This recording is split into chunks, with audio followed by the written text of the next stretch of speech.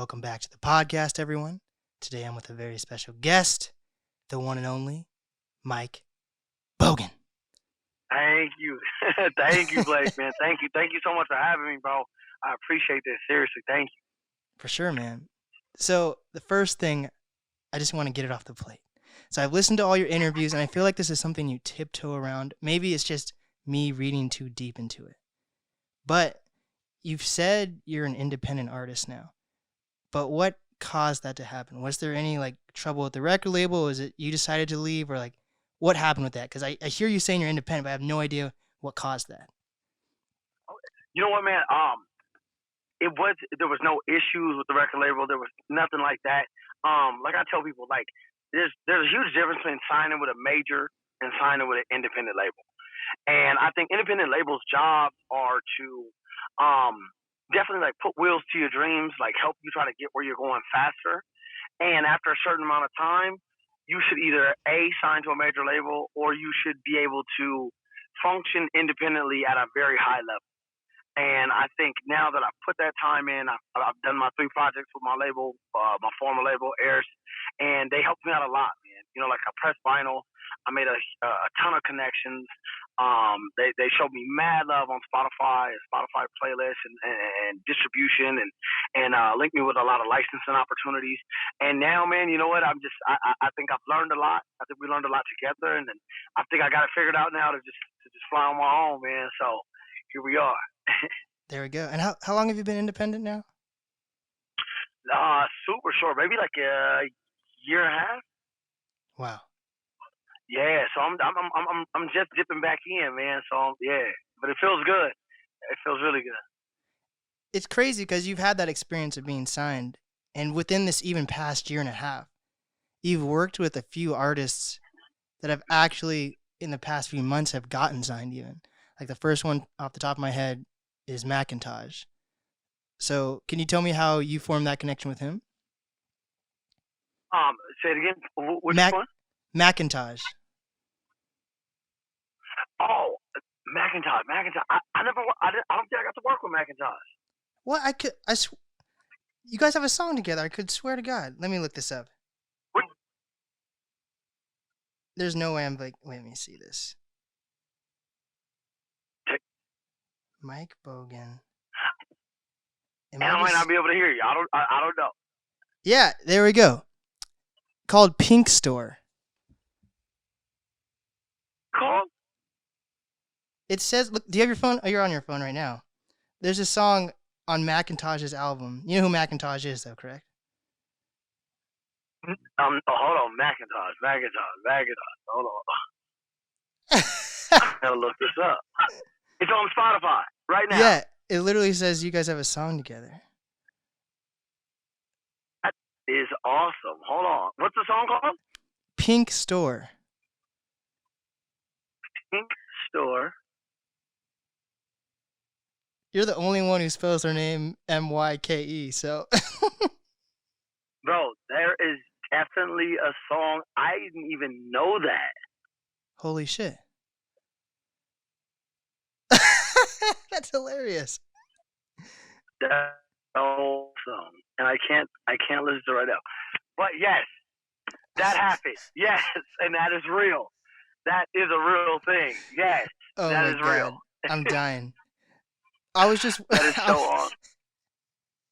I was just wondering, now that you've had that experience and you work with a lot of artists that either have a name or still coming up in the industry, have you given them any advice about how to go forward? Well, you know what? It's crazy, dude. It's so crazy how quickly you get when you jump back in the independent scene. Everybody, I love the community and the camaraderie of it, and we all share knowledge and experiences with each other and just kind of build off it. And I think we all do that because we don't want anyone to have to take bumps we've already taken if they don't have to. And I think that's one of the coolest things about being back on your independent tip, because it's really weird when you know somebody's signed. I don't know what it is. I don't know the energy or the vibe, but people just kind of be like, it just seems like there's a bridge with people that are signed and people that are not. Mm-hmm. And so yeah, bro, I share knowledge with everybody. Love sharing knowledge with everybody. And I'm somebody who's very big on. I feel like I'm a good listener, and I want all the knowledge, bro. Anything that people can help me with, I keep an eye on a lot of people to watch what's working, what's not working. I'm a huge Avi the Nomad. Love him. Like I follow stuff that he does all the time, and just the independent circle dude is so cool. The community is amazing, and I love it. So yeah, bro, I share knowledge with anybody who wants it, anybody who's willing to listen, anybody who asks. I always share knowledge. Do you think there's like a thin line between being actually independent and not? Because I hear there's independent record labels and people are signed to independent record labels, but is there also a difference between, like, I'd consider the podcast, I guess, independent because I'm doing every single thing, Right. but are you still independent if you're signed to an independent record label, or is there like a fine line there? Well, you know what? No, you depending on, I would say, the black and white. You know, like, there's so much to it, and this is another thing. Doubling back on what you said about sharing knowledge and gaining knowledge with other artists, other experiences. You can be. I was with an independent label, and it was very exclusive. I wasn't able to work outside of that. Of course, like features and things like that, but I wasn't really able to. I couldn't just go do a project and drop it on my own at midnight or on Bandcamp or anything like that. Like, that was in my contract. I could not do that. Now, as I was signed to that label, I had a conversation with another independent artist, and like, oh, bro, why would you sign exclusively? Like, you should have just been like, yeah, you know, that was something I had to learn. You know, I made that. I wouldn't say I made that mistake, but I made that mistake. You know, like, damn, like, bro, they're an independent label. They'll mess with you. Just tell them you're allowed to work on other projects outside of it. And that's what I'm saying. That was a bump in the road that I know about. And so there's a lot of different options, and definitely got to read the fine print very carefully. Right. And yeah, and make sure you're getting everything you want while working with them. Right. So when you were signed, it was in Portland, or was it in LA? Because I heard that you're. It was in Portland, but I'm living in LA. Yeah. Wow. Because that's crazy. Because I'm in Seattle, and Portland is or Oregon at least, is 4 hours away. You know, it's not crazy far. But even within that distance, there's no record labels out here in Seattle. No, right. Dude, so Air's tried to do a really special thing. You know, they tried to. I feel like the world loves the Pacific Northwest. They love it for what it is. They love Seattle. They love what they know. They love the trees and the snowboarding and the environment and you know, just the people and the vibe of the Pacific Northwest. But the thing is, though, it's like, I don't think the world knows how truly talented it is in that region.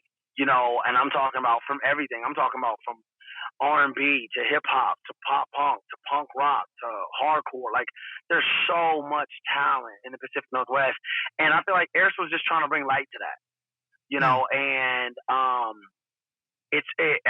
think we all learned that it's difficult, and it takes time, and it takes money, and everything's got to align, man, and it's got to be right.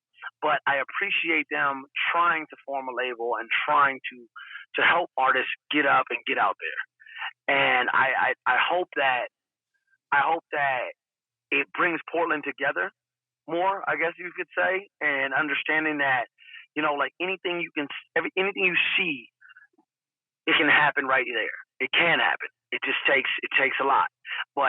And I hope it also helps more Pacific Northwest artists come together and cross more fan bases, and everybody use a platform to help bring each other up. And I think that's what the label is trying to do, and it's easier said than done. With a record label like that, were they someone that was like a branch of like a higher up record label, like Atlantic? No, but they were working towards that, and they still are working towards that. Oh, wow. Yeah, they still are working towards that, and they've got a lot of great connections. And like I said, it just takes time. it takes time, and you got to do a lot on your own before you get that. I feel like you get that nod from a major to Mm-hmm. where they want to accept you as a branch and invest in you as a branch of their label. And it just takes knocking on the door. You know, Air's has been around 5 years, Oh shit. as opposed to a Sony or a Warner or a Capitol or RCA. You know what I mean? It's just, it takes time. So Mm-hmm. just got to keep at it, man. Keep at it.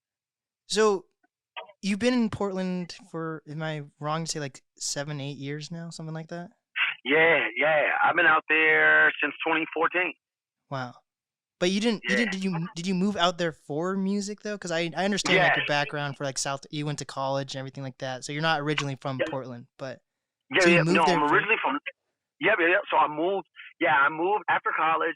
I I moved to Portland with my best friend Tim, who films all my videos and my visuals. And yeah, man, just basically just was living on his couch and just started doing music. You know, at the time we were both like just two broke young kids trying to just pursue our dreams. And he had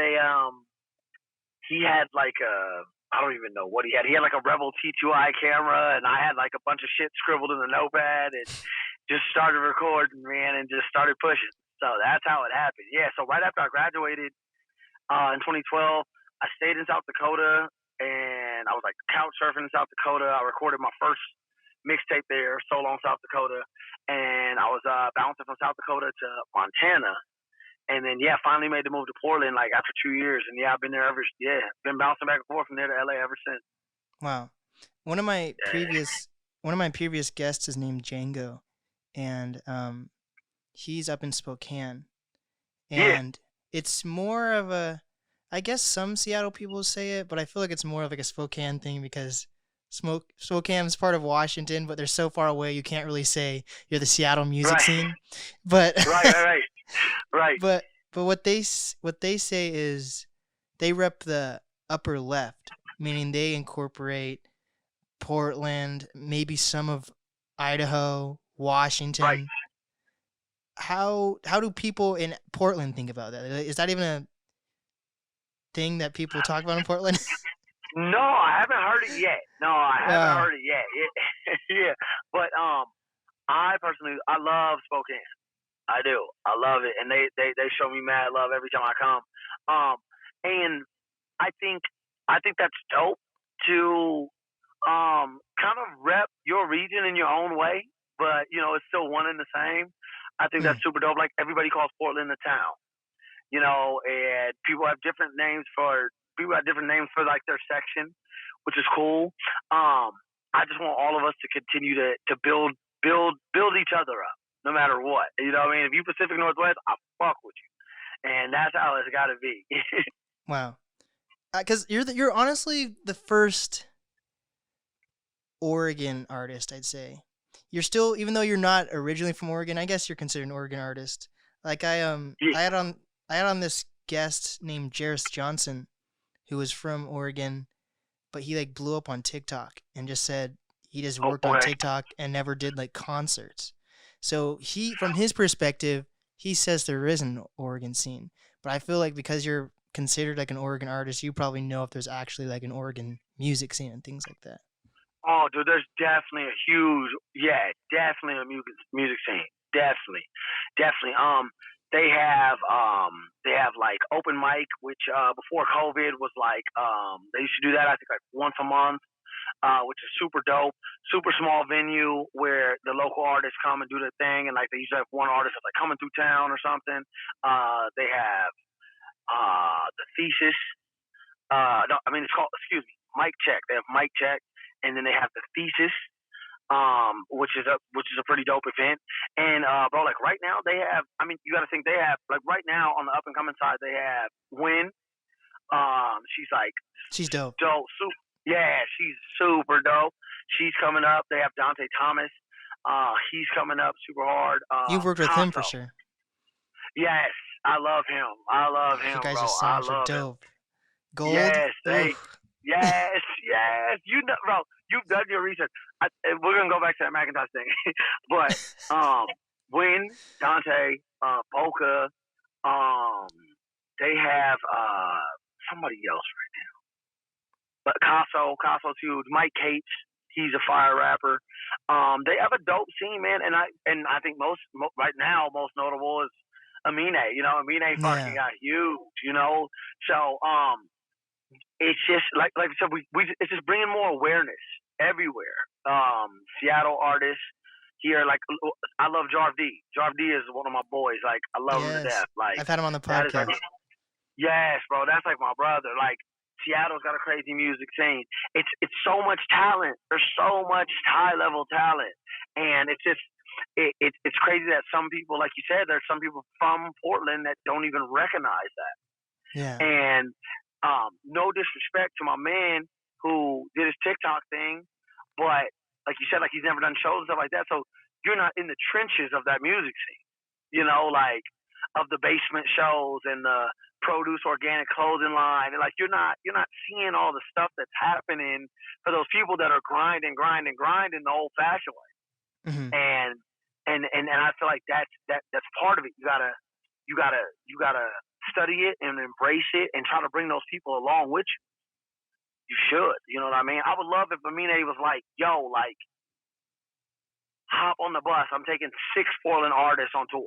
You know what I mean? Like, and I know I'm sure there's a lot of things that go into that, or a lot of things that go into that, or a lot of things behind the scenes that he may or can or cannot do.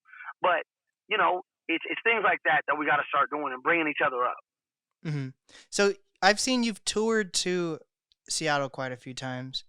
Do you think you've been in Seattle enough to be able to compare the Portland to Seattle music scene? Like I truly want to understand more about the Oregon music scene. I don't know anything about it. You know what? I think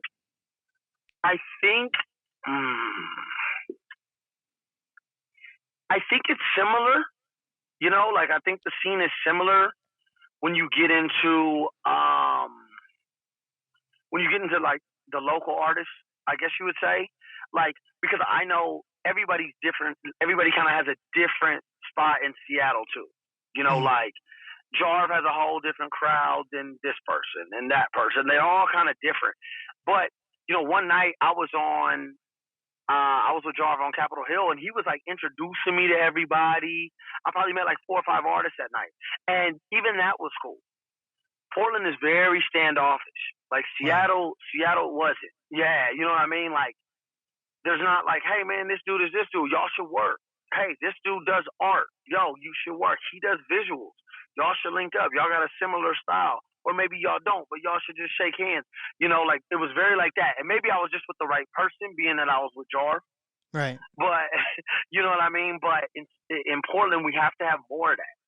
We have to have more of that. I have to have more of that. So in Seattle, it's a lot of people say there's like it can be very cliquey, or people feel like only one person can succeed. That there's not enough room for everybody. When there definitely is. Do you see that in Portland, or where do you think this standoffishness comes from? Because in Seattle, people give it to the Seattle Freeze even sometimes, you know. But like, right, no, for sure. You know what it is? It's just where the clickiness comes from is, I would say, you know, like what side of town are you from?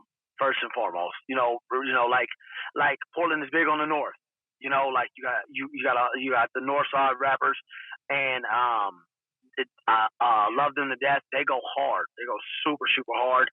But that fan base is kind of there, you know. And then you have the Dante Thomas group, where me and his fan base are kind of one and the same. You know what I mean? Then you have the Win fan base, who's a little bit different. You know, it's just so many different. I think that's where the clickiness comes from to start. It's like why can't we cross genres? Why can't we do more just hip hop one day? Why can't we do just strictly hip hop one day festival? You know, where everybody sticks around and you tell people to, you know, watch this person or watch that person.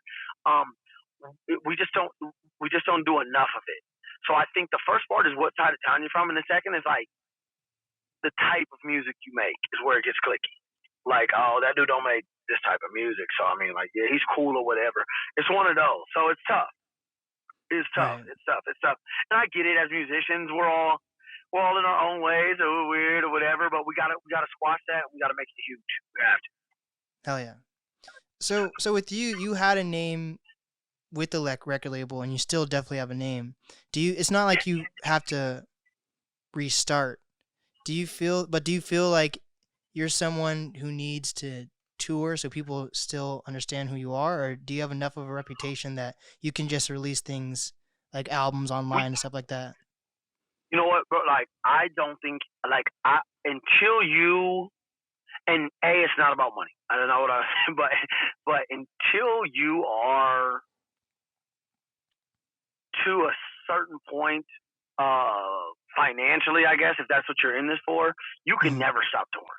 Ever. Don't ever stop touring. Always tour. Always, always, always tour.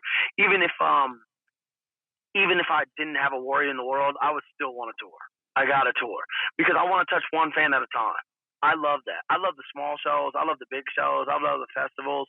I think if you're an artist right now and you are and you asked me what was the blueprint of me getting to where I got right now with the amazing like smaller cult following I feel like I have, touring was it. Like that's where, and I know times have changed and there's tons of social media and a bunch of outlets and platforms, but I feel like touring is one of those things that it's just the most genuine way to gain a fan base, and those are the fans that are going to stay and they're going to stick around. And I feel like that is the root of gaining a fan base. So I definitely want, as soon as things open back up, I'm touring for sure. Wow. Yeah. So how do you decide what artists you want to keep in your circle? Like one artist that I've seen in your circle for a while, like on different albums, is this girl named Blossom. Yes. Yeah.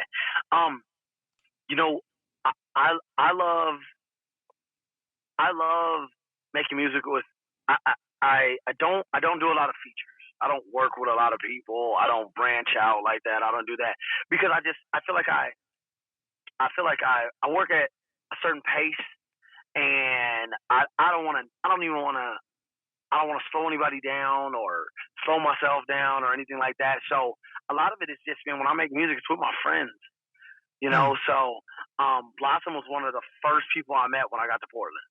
Wow. And she was singing, and we were friends first. And man, I mean, for years, probably 2 or 3 years, I never asked her to be on a song. And we were just kind of in the lab one day, and I was like, "Hey, would you be down to would you be down to to sing on this?" She's like, "I've been waiting for you to ask." Her personality is so amazing. She's like, "I've been waiting for you years to ask. Finally, you asked. Yes. What am I singing? Are we writing it together?" Blah blah blah. So we did Pool Balls. That was our first one, and she killed it. She killed it, and I love her. And I feel like the way I always distinguish who to keep around was just the realness. Who was real about it and who was serious about it. I never wanted to put somebody on one of my songs that is like 6 months later, like, "Oh, bro, I don't even fuck with music no more, bro. I was just horsing around or whatever," like, "No, bro, like, I this is serious to me. Like, this is my life. There is no plan B. Like, I do music, bro. So if you're not serious about it and you're not on the same things I'm on, I'm not dealing with you." And with Blossom, she's always been real in the studio. When I finish projects, she's one of the first people I send it to. Wow. Because she'll come off and she'll be like, "Okay, so there's 6 tracks on here." She'll be like, "On track 2, I feel like the hook is too low. I feel like you should put a bridge on it. I feel like you should put a harmony behind it. There's not enough." But you know what I mean? Like, wow. It sounds flat. Like, it needs to sound bigger. Like, those are the people that I've always kept around. Mm-hmm. Like Tim always, like, when I send him stuff, he's always like, "Listen, dude, I'm gonna be a dick, so don't be mad. Like, know that I'm trying to make this the best thing that you've done." And those are how I've definitely distinguished who stays around and who doesn't when it comes to my music. Wow. It's So I feel like there's I feel like over time you see artists and they're like, "Oh, like, it's just not what it used to be. I wish he would go back to being the old this guy or the old Myke or this and the third." Well, I think a big part of it is the more and more you do music and the more time you put into it, you want to progress as an artist. So that's one part of it. So progression naturally happens. But on the other hand, I don't want to be that guy who's in Air Studio with 13 people in there smoking blunts and drinking liquor, and everybody's like, "Oh yeah, bro, everything you've done is dope today." That can't be true. No, yes, man. Everything Fuck that. yeah, you know, yeah, I mean, like everything I did today can't be that dope. That it just doesn't work like that. So, so you need to keep people around that are going to be like, I like this, or this reminds me of this, or let's make it sound even bigger or better, or maybe we should call Dante. Dante would sound nice on a second verse. Hey, why don't we? Hey, or Blossom. Blossom has literally jumped out of the studio and been like, let me harmonize it because you don't sound as good as I do. Let me do it. You know what I mean? So there's things like that. So yeah, man, just people that are real with you. And like I tell you, I don't judge criticism. I take criticism very well. And um, if you stop learning, bro, you're done. You know, you can always learn, and you don't have to take everything from everybody. But if somebody says something good, like take it into consideration, use it, see, try it. So that's how I've done it. Hell yeah. It's interesting that you say you don't do that many features. I feel like a lot of artists feel like they're one feature away from blowing up. You know, they need that Drake cosign or something like that. What do you feel like you did that helped propel your career? Was it doing the touring, or because you certainly have to get somewhere before a record label even notices you? So no, for sure. Touring was definitely what got me to where I was going. Taking the punk influence that I had from my friends around me and just going and never stopping, you know, doing shows for 3 people one night, 30 people the next night, 300 the next night, and back to 3 people. And you know what I mean? And just trying to hit one fan at a time. One fan at a time. Just one fan at a time. And that's what got it going. And then doing things differently. You know, I was whatever. People used to make fun of me. Like, I remember when I first got to Portland, a specific artist was like, "Oh, bro, he's a white boy. Like, bro, I hate the way he dresses. Why doesn't he have a haircut? Why doesn't he blah, blah, blah, blah?" And I feel like that propelled me. They're like, "Bro, he's different. Like, he talks that shit, but he's very genuine in my music." I think that helped a lot, being genuine, giving people certain scenarios that everyone can relate to in their life, and understanding that I was being myself. I never tried to be anybody else or anything like that, and just going as hard as I can to gain one fan at a time. I think that's what it was, bro. I think I was a little bit different at the time than everything people had seen, and I had a different mentality. I remember I ran into an artist when I was first kind of catching traction, and he was like, "Bro, I would never do a show for less than $500. I would never do a show for less than 100 people. I would never." And I'm like, "You are missing out. You have no idea." That person, needless to say, that person doesn't make music anymore. But yeah, yeah, bro. Like, I think I was just a little bit different, and I feel like my team that I had and the influence they had on me, it was just a grind that just didn't stop. It just never stopped. My first show was with my first tour was with Punk Band, and I still have fans from this day, from people at those garage shows that were like, "Bro, I didn't even fuck with hip hop. It was just crazy. You were there." And you were down to perform, and I am still a fan to this day. You know, it was shit like that, and just gaining that cult following, man, and just going on the gas, the sleeping in the van, the showering in 24-hour fitness, the everything, bro. Like, just the grind. I just not to toot my own horn or anything like that. Just felt I had a little different grind than a lot of people in this genre. So I think that helped a lot. And you made fucking good music. Like, it seems very simple, but you need to make good music. Thank you, man. Thank you. Hell, and always engaging with my fans. I try to reply to everybody, bro. Like, I try to reply to everybody on all socials. I try to reply. I try to write back. I try to wish them happy birthday. I just try to blah blah, because bro, like I tell people, for somebody to come and buy a vinyl or buy a sweater or anything, like a sweater's $40. Wow. You Yeah. know, if somebody makes $12 an hour, they just gave you 3 hours of their life. Yeah. Like Shit. the least you could do is fucking tell them thank you on Instagram or, you know, wish them happy birthday. Fuck, I don't know, but I mean, damn, bro, like people don't understand it. It's beautiful that somebody cares that much. Like that's just so dope to me. So Hell I yeah. think staying So in tune with the fans.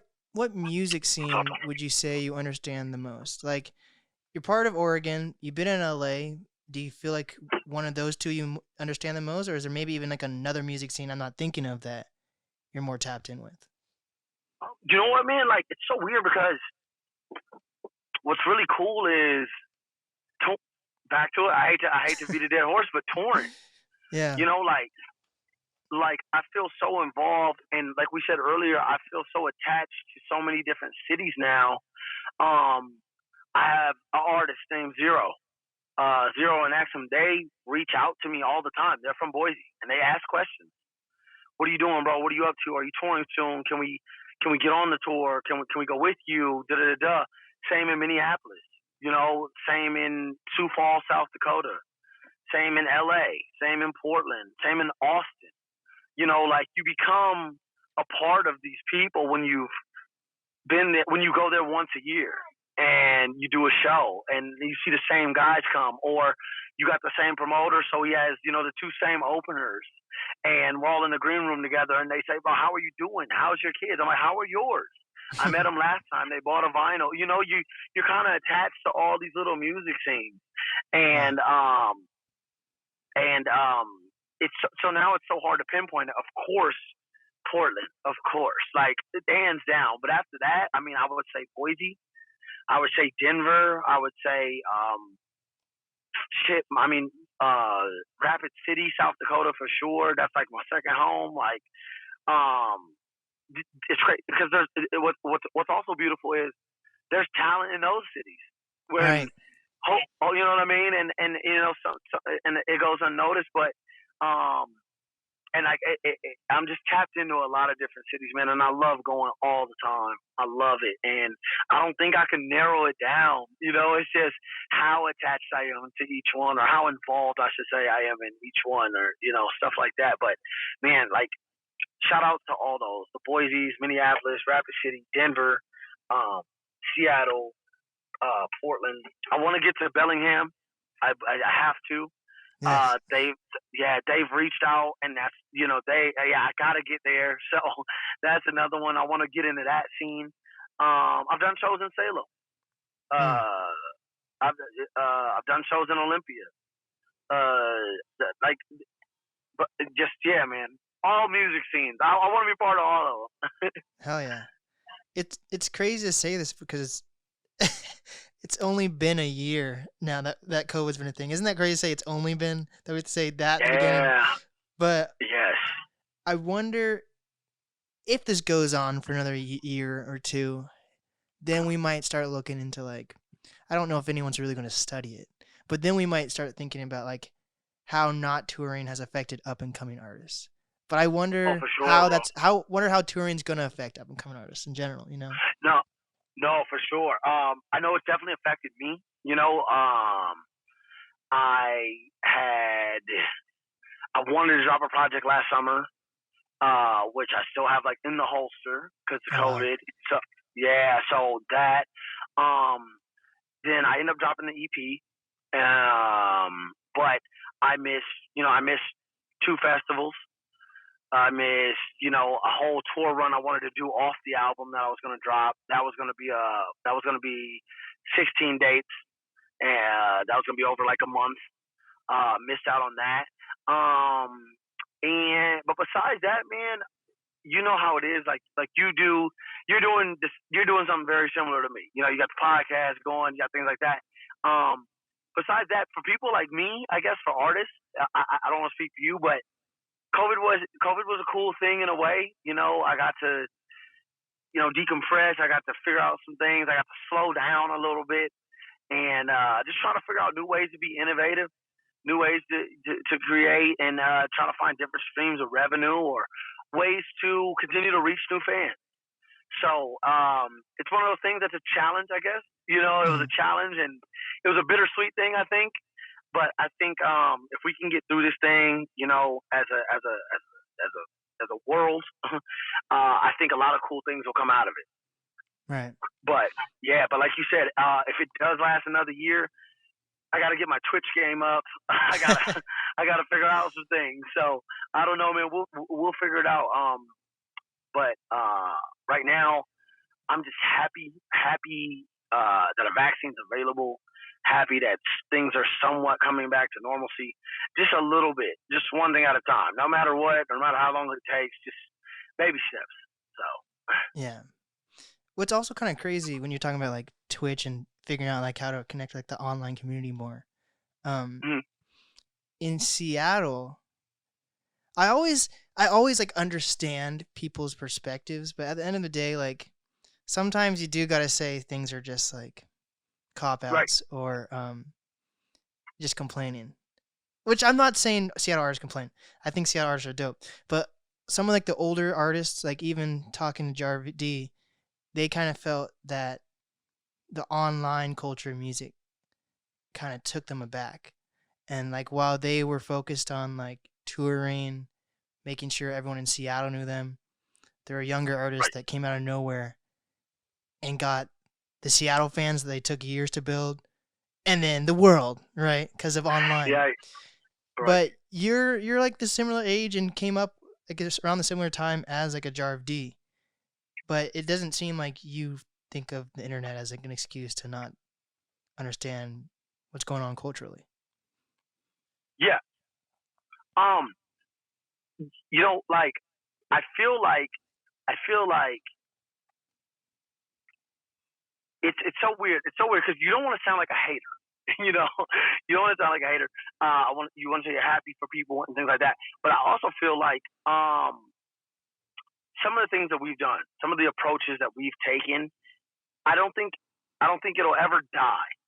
And I think you will always, like I said, like goes back to touring or handing someone a CD personally, like people used to do, or a download card or whatever it was.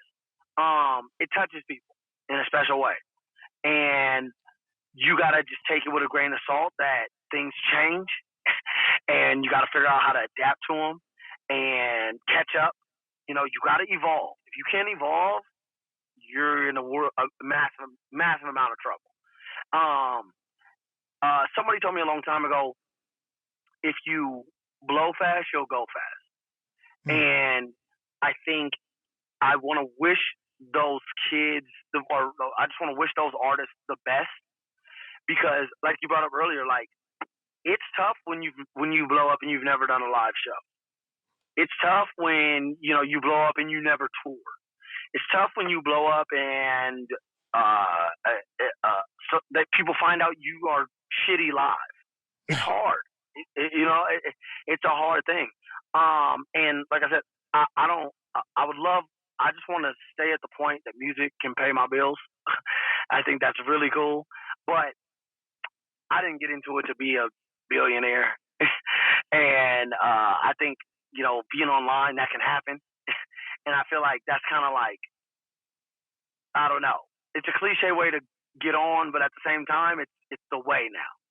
Right. So it's another bittersweet thing. It's tough to handle. It's weird, but like I had a conversation with a buddy of mine, and he was like, "It's not like you can't put out a song this summer and it becomes a TikTok dance or blah blah blah. What are you gonna say? No, I don't want it." No, you wouldn't say that. So it's really weird, man. It's a weird thing to I guess, like, discuss. It's so weird because there's so many emotions and so many feelings and so much like, bro, I've been grinding for all this time. Da, da, da. There's bitterness if you're honest about it. You know what I mean? There's definitely bitterness. It sucks. Like, some kid makes a song at 6:30 at night in his bedroom, and you know what I mean? It sucks when you've done a lot of work. But also, man, I want everybody to be happy, be successful, get your money, man, do your thing. So I can't knock you. Right. So, two artists that you've worked with before. Watch you be Yep. like, wait, who are those people? I'm just kidding. You're gonna. Right. But I was Um. wondering if you're associated with like these two artists because a few people I've been talking to have been like, yeah, I'm about to have Myke Bogan on the podcast, and they're like, oh, he's worked with this guy and this guy. I'm wondering Right. if you're actually associated with them or if it was just a thing where you guys had a feature with. So first one, Michael Christmas, and then the second one, Alex Wiley. The cool thing about Alex Wiley is that he recently moved to Seattle and he's been working with some pretty cool Seattle artists like Campana, which I thought was pretty dope. But are you associated with those artists, or was it a thing where when you were coming up, you just worked with them? Yeah. So Mikey Christmas, that was just management. Management.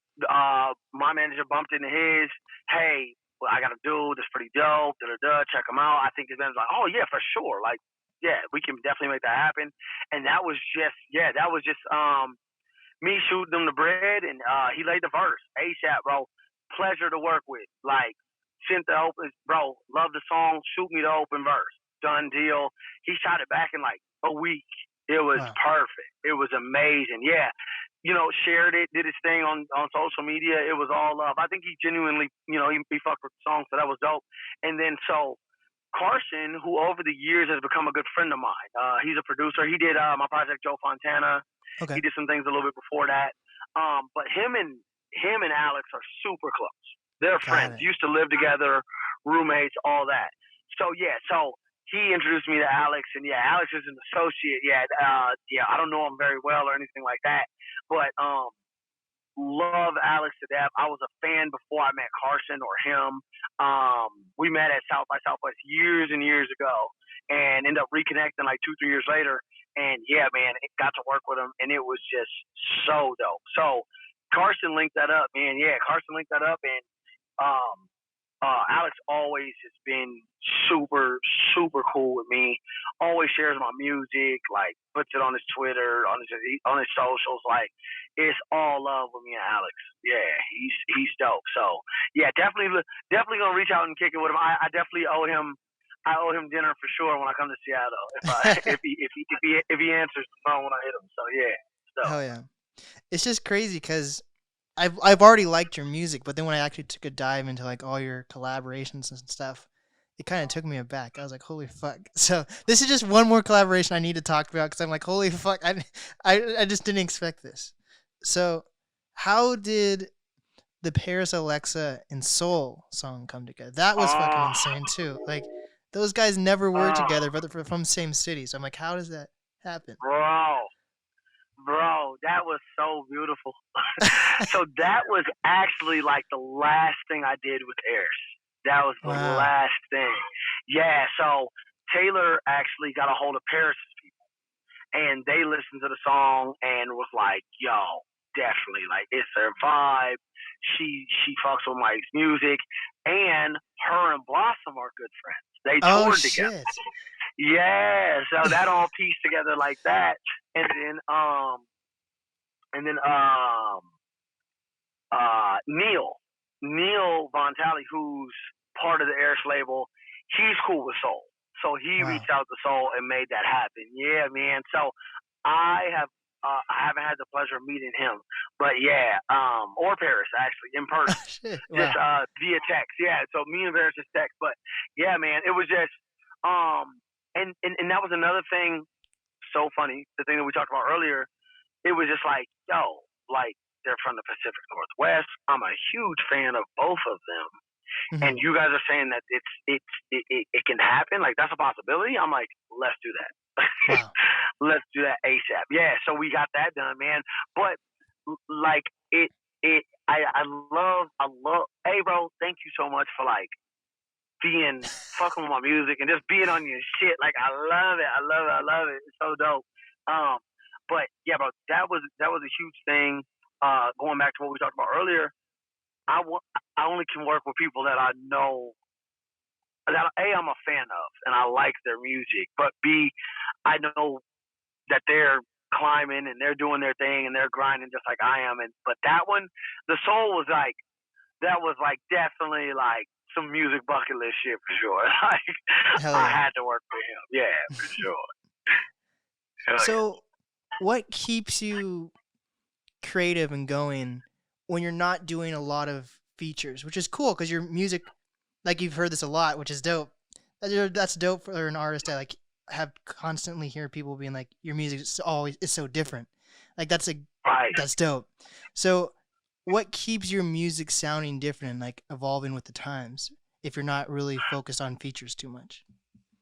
You know what? I think like I said, like it goes back to like I tell people, it's just genuine. You know, Mm. it's what I'm going through. It's the life I'm living. It's what I'm on, and also I think the drive to do bigger numbers. You know, build my fan base, increase my fan base. I think that's the thing, and also being around other dope artists and just growing and growing and growing. I think that's how it stays different. Like um when I'm in party mode, like I make party songs. When I'm sad, I make sad songs. My music is my journal. So I think that's always like I think that's how it stays fresh and relatable, I think. So that's always a good thing. But then also I feel like the people um the people I get production from, they're growing as well. Adding live instrumentation, things like that. And also trying to toe the line of being experimental, but also keeping to myself and also progressing, if that makes sense. It's like I'm trying to be a little bit experimental. I'm trying to sing a little more. I'm trying to put live instrumentation in, but I'm trying to progress. But I'm also trying to be the same guy. It's just like it's so hard, but Wow. so far it's been working out so far. But it's just hard, man, to push boundaries and to be comfortable enough to push boundaries and be willing to maybe understand if some of your fans don't like things Mm. and understand, you know what I mean, and understand that um uh you can always go back. You can always go back and make some boom bap shit. You can always go back and make a stoner record. We can always go back and do that, but like, bro, have you ever pushed it to where you are using live instrumentation and you're singing the whole song? I'm like, I haven't done that. Sometimes I feel like I want to, you know, stuff like that. And I think the music I listen to, I think is another big thing. I don't listen to a lot of hip hop. I really Mm. don't. You know, like I listen to a lot of Mac DeMarco. I listen to a lot of Blink 182. I listen to a lot of um Georgia Smith. I listen to a lot of, She's you know, I dope. listen to, yeah, you know what I mean? So I think that carries influence when you know, when you step in the studio and you're like, damn, I've been listening to Mac DeMarco all day. And now here I'm in the studio and like that could come out a little bit or something like that. And I don't ever want to be a comment that or a compliment, I should say, that I've gotten is, bro, like you're starting to develop so much range. And I just think that was so dope. It's like, bro, sometimes I don't know what you're gonna do. I don't know if you're gonna like rap the hell out of a beat. I don't know if you're gonna do a song like Pickathon with Kari, to where you're kind of singing and you got the harmonies. I don't know if you're going to do an interlude, and I think that's a cool thing to have as an artist. I really do, and I love it. So just trying to push boundaries, man, and not be scared. For sure. So I think this question can vary depending on artist to artist. So I Yep. definitely want your perspective. So when an artist is doing something experimental, is it just for them or is it weighing out, is this going to be something that will connect with another audience? Because you hear people say Yeah. experimental a lot. Right. So I think for me, I would never make a song to say, you know, I'm gonna do a song like this because this could like make me the next Post Malone, or this Mm. could make me, you know what I mean? It's nothing like that. I think it's something to. I think when I say experimental, I think it's does this sound bigger? Like this sounds bigger than 6 beers. This sounds bigger than this. Sounds like it could be the song of the summer, or things like that. And when I'm making it, like I tell you, I don't really branch outside of my friends because I feel like if you are a fan of my music, I feel like we'd hang out. Just like me and you are having a conversation right now, and I'm loving it. And you like my music. I feel like, you know what I mean? Like, I feel like, so when I'm making a song, I'm like, would me and Blossom dance to this? Hell yeah, we would dance to this. You know what I mean? Like, would me and Tim drink a beer to this? Like, yeah, this is who I'm making it for. Like, but I just want it to sound bigger. And that's kind of like, I think that is kind of my mindset when I'm trying to make music like that. When I'm trying to be experimental or just make it sound bigger. Because, like it goes back to, like I said, like we wake up and we listen to Mac DeMarco, and then we listen to Blink 182, and then we listen to, and I'm just like, damn, yeah, I could take it somewhat up the alley or maybe make it more catchy or use my voice a little more. And I think that's kind of where I stay. I just make music for me and my friends to have fun too. So, yeah. But yeah. The one collab that did not work out with Blink 182 though, which is sad, is I don't think the Lil Wayne and Blink 182 collab, I don't think that worked out that well. Okay, so I don't like that one, and I hate the Jay-Z Linkin Park one. I just wow. Yeah.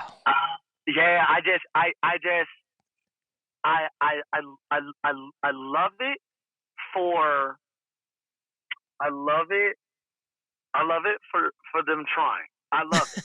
I love it. I love the two names. Huge. Love it. I think at that time I just wanted Jay-Z to be Jay-Z and Linkin Park to be Linkin Park. I just wanted that to happen. That was just a tough match for me. Me being such a pop punk fan, I was just like, oh, I don't know. But I get why people love it, and it's so funny because when it comes on, I love it. I'm involved, and then when I'm here sitting in the car by myself, I'm like, just don't love it. I don't know what it is, but so like mine is like I definitely like. I feel like funny. Quick question. I gotta ask you. Do you know Kenny Hoopla? I don't think I do. Okay, so when we get off, I want you to listen to Kenny Hoopla, and then you give me a text and let me know what you think. Kenny Hoopla just did a collab with Travis Barker. Oh shit! But he makes that kind of music, and it worked out. I think for me, when I'm trying to be experimental, I think I'm more so trying to be more of that in my own voice or in my own music, as opposed to being like, yo, I want to collab with Blink 182. And I think that's where me and Jay-Z separate. Or the me and Lil Wayne thing. I'm like, no, bro, don't do that. Just try to do it on your own. Like Lil Wayne, you've done everything else. You've auto-tuned. You've done this. You do this. Probably like do it yourself. Shit, he did. Remember that fucking fuck? What was that one album? It was like the yellowish gold color album. I forgot what that was called, but it was all auto-tuned. And then he did one with all that was like pop punkish, I believe. Yeah, is that? I don't think. Is it I Am Not a Human Being? No, I don't know if that was it or not. Because the second, we'll look it up. Yeah, we need fucking we need Jamie from Joe Rogan to look it up for us. he's over there just doing his thing, and then he's like, bam, yeah. So but like that one, that one just didn't work out. So collabs, when you're crossing genres, you gotta be careful. But yeah, like to do a harmony on a Blink 182 record would be amazing. But a more like I think another bucket list thing for me would definitely be like Georgia Smith singing a hook for sure. Kid Cudi for sure. Those are all bucket lists for me. Like those are the ones. You're like blushing just saying it too. You're like, oh fuck. I'm just like I don't even know where to go after. Those two are crazy. Those two are super crazy. Even a Mac DeMarco, I feel like you could work that out at a super chill tempo, just kind of singing a quick verse and letting him do his thing. Like you could work that out, like stuff like that. But yeah, bro. Those are things I think about for sure. I want more hip hop artists to start working with Gary Clark Jr. Do you know who Gary Clark Jr. is? Gary Clark Jr. What was he? I think he won a Grammy a couple years ago. He's dope as fuck. He was even on Joe Rogan recently. I think he's been on like twice. I gotta peep that. What songs? What is he? I don't know who that is. I don't think I know. How do I describe him? He's like, I don't even know. He's an individual guy, but he's like, okay. He plays the guitar. Like he's like indie kind of, I guess. He's like one of those artists that he's super dope, but it's not like you can't be like, oh, you would know him by this song. You either know all his music or you don't know him. But he's actually pretty huge actually. But I don't. That is kind of crazy. He's like a huge artist that's niche at the same time. You know what I mean? Oh, bro, I know exactly what you mean. I know exactly what you mean. I'm gonna get into him after this. I promise. I'll shoot you a text. Yeah, I'll send you some of his music. He's dope as fuck. Hell yes.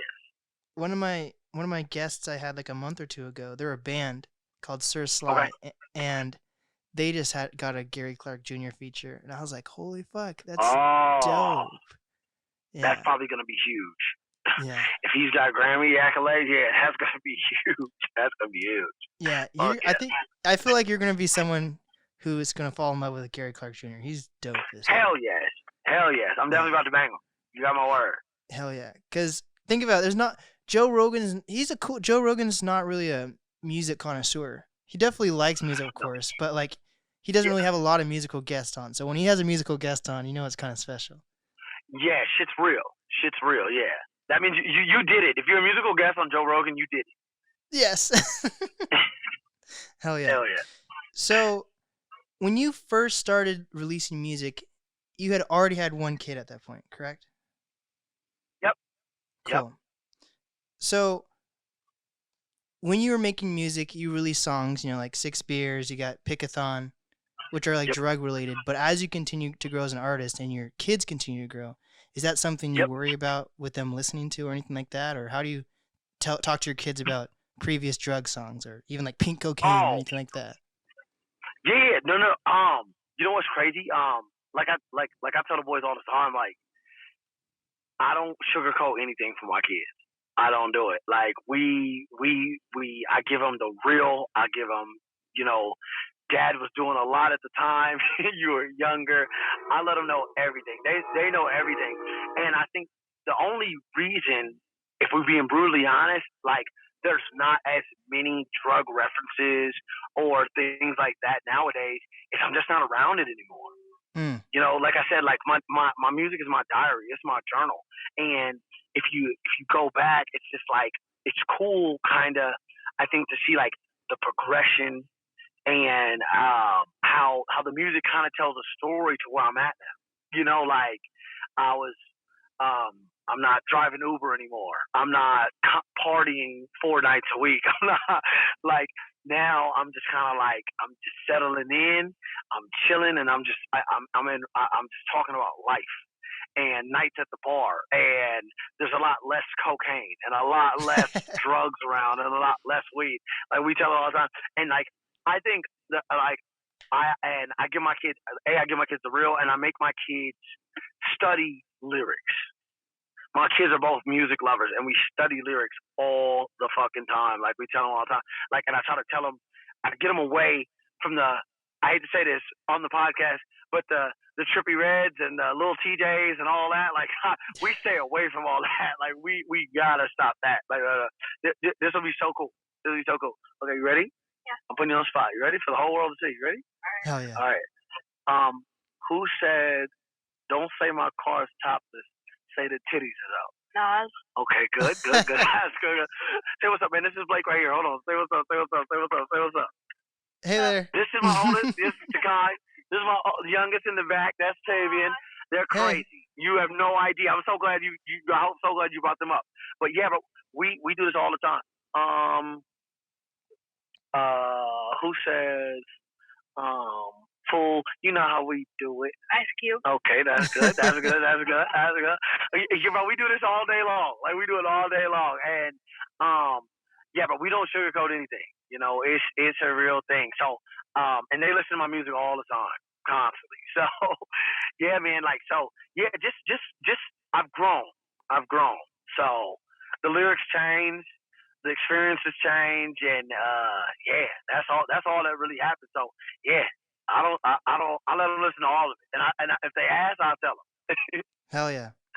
The crazy thing, it's funny that you brought up Trippie Redd, which is kind of sad, but his like music career, in my opinion, there might be diehard fans who think he's at the Yeah. top of his game, but I feel like his music's slowly like declining. And I think for me, he lost me in October when he released an album that was just like, it was called like Scary Noises or something.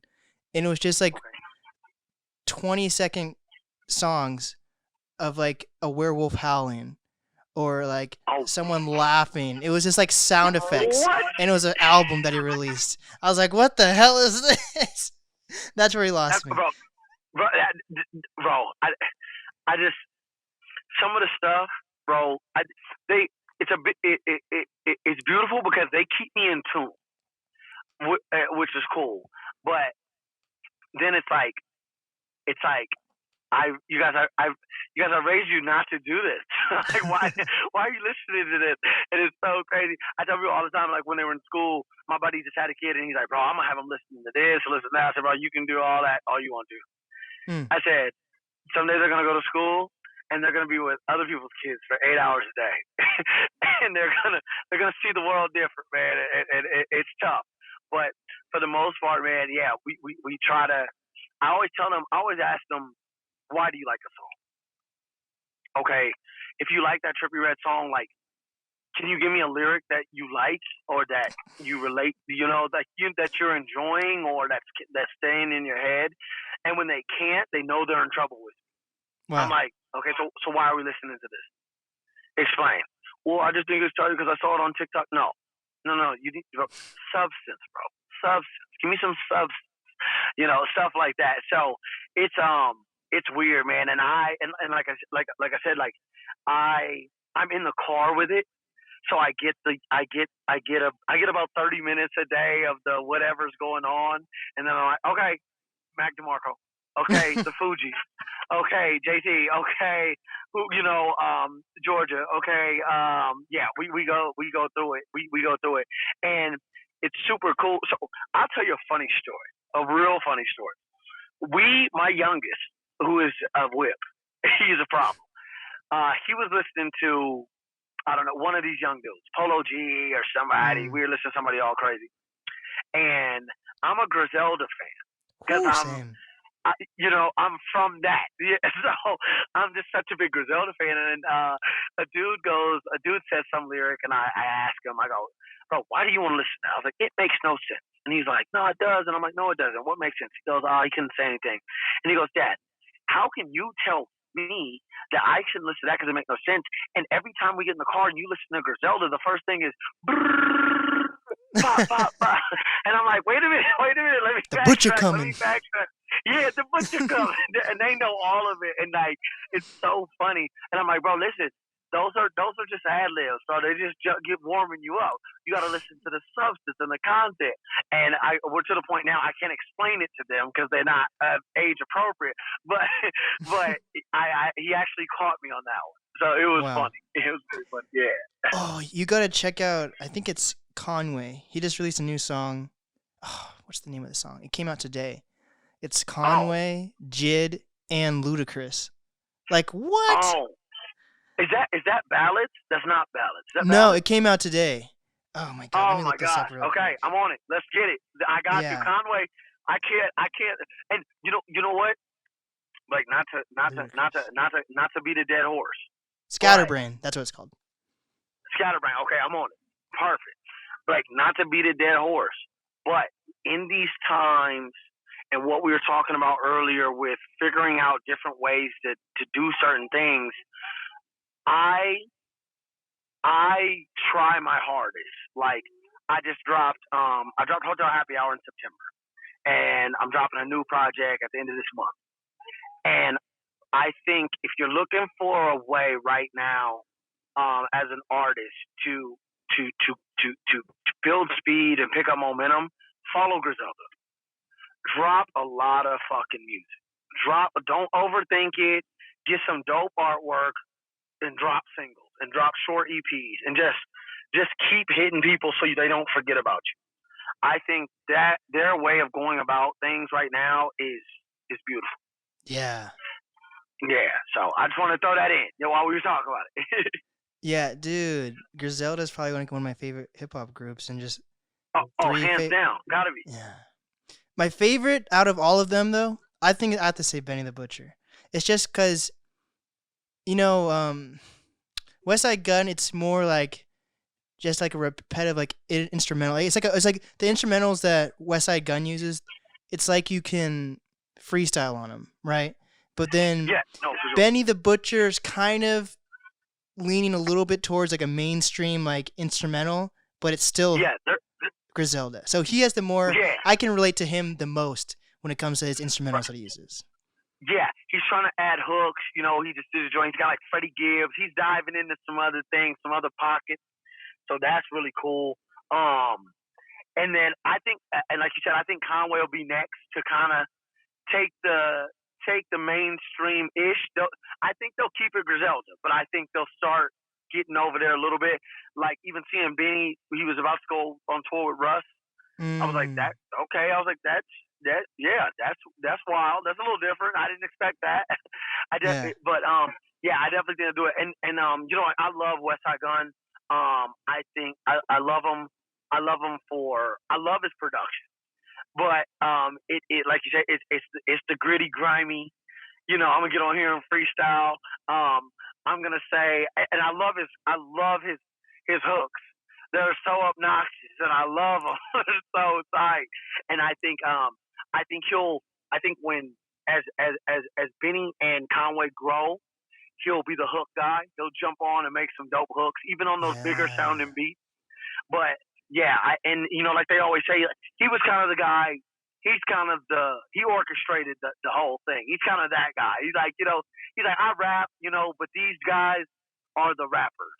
They can rap their ass off, and I think that's really dope. And I think he